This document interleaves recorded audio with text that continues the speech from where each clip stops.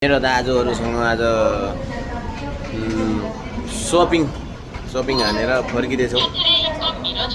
मेरो दाइ पछाडि चाहिँ कोरियन आमा हुनुहुन्छ। मसला भुन्ने रोटी बेल्ने बेलना। हाम्रो कोरिया त्यत्तिकै विकसित त भएन कि यसरी यस्ता चिजहरू बनाएर काठहरूको पुरै आफ्नो आफ्नो डिजाइन छ। अनि फेरि पोर्सन त्यही अनुसार छ। यसरी गरिराखेको सब चिजहरू।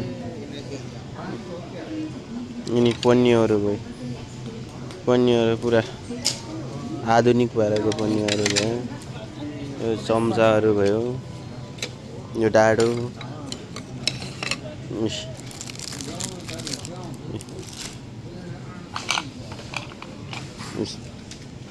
सब थरी छ। यहाँ चाहिँ पुरै उयोहरूको भाँडाको हेर्नु न कति टेक्नोलोजी। ए के हो यो? कसैलाई थाहा हो भने जानकारी दिनुहोस् है। यस्तो छ। बाँसको हेर्नुहोस्, बाँसको हो। ल हेरौँ न बाइकमा पनि कोरियामा खै अब कति पर्छ। महँगो त महँगै होला।